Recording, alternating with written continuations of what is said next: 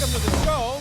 It is a pleasure to be here. Nice to meet you. Tell us a little bit about yourself. You've been in this country about 7 years. I have, on the Daily Show.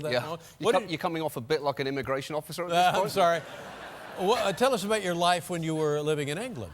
Well, it was, it was a life of pickpocketing and dancing and breaking into song, just like that's how we're all raised. Not a bad way to go. It's not a bad way to live, travel by umbrella. No, I think I've taken... half your audience believes that's possible because I believe they still have magic in their hearts. Yeah. And good for Please them. say they do it. Yeah. Please say they do it. Did you do stand-up comedy in England? I did do stand-up comedy in England, yes, which is, it's an emotional battle. Really? In what sense? Well, because, British audiences tend to see it not as a monologue, as more of a discussion of your relative funniness joke to joke. And they've had a lot of alcohol, so audiences here are much more polite. You wouldn't think that. No. So everything you say on stage is then evaluated by the audience? It's a discussion that they're having with you as to whether this is a good joke, whether this has been a good career choice for you. Right. So heckling? Heckling is just the start of it. Heckling, and that can easily become just an outright character assassination. Well, it sounds kind of grueling. Oh, we are charming people. Yeah. But you're an American citizen now. I'm not an American citizen. You really are coming across. I'm sorry. Yeah. Nothing to be uncomfortable about here. That's not my job. No, I'm a legal permanent resident. I've got a green card, which I got without having to marry Gerard Depardieu. I think that's But there was a discussion that you... That was the back way in. No, but your wife is an American citizen? She is. My wife is very American. She was... How did you meet? Well, she was in the army. She's a combat medic from in Iraq. And so, thank you. Yeah, like you had any... But that's a whole other discussion. What branch of the service was she in? She was in the army. She was with First Cav, so I wear this for First Cav. Very nice. And how many tours did she have? She did one tour. She was there, I think, 03 to 05. And I'm happy to take all the adulation that she's got. No, I'll just take it. I'll take it. That's really why I married her. I wanted to marry someone who'd done something valuable with their life. Yeah. Now, did you meet her in Iraq? No, that's right. Yeah, I was doing gigs in Iraq. It was it's the only place more hostile than Britain. No, actually, I actually met her. I was working for The Daily Show, and she was with veterans who were at both conventions in 2008. And so I met her at the RNC. I was being chased by security because we were filming somewhere we weren't supposed to be filming, and that's always the place that you want to be.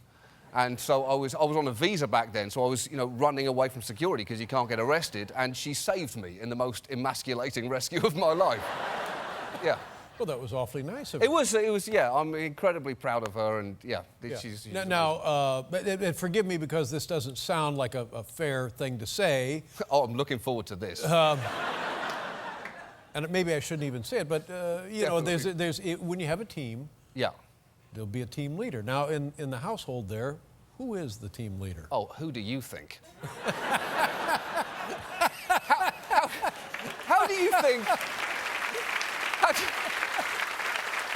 How do you think it goes down when I come back from my day writing for a comedy show saying, oh, it was so hard writing jokes?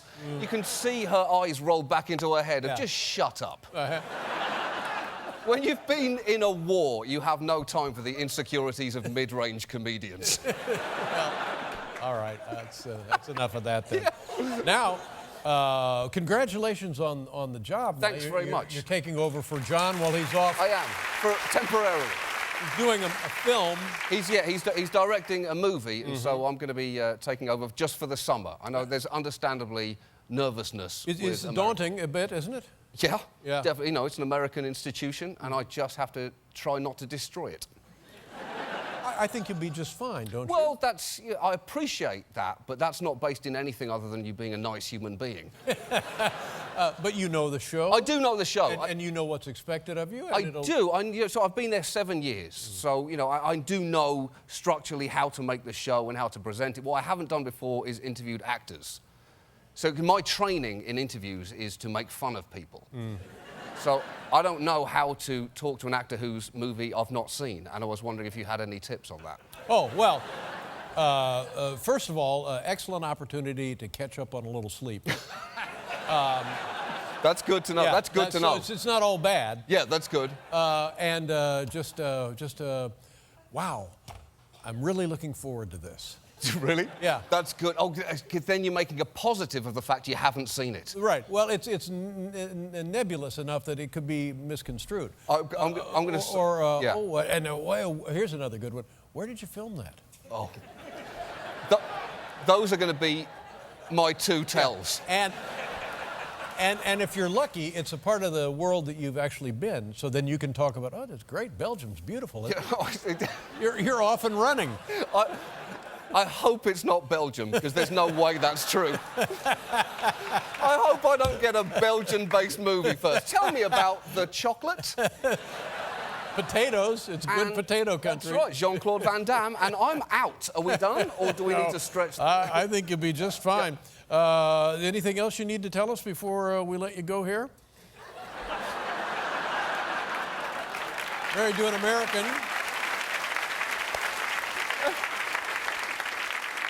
That is the best piece of advice for an interview. Anything else you need to say before we never see each other again? Because, well, this is it. This is the only time we'll have any interaction. Please feel free to say something and leave. So Monday...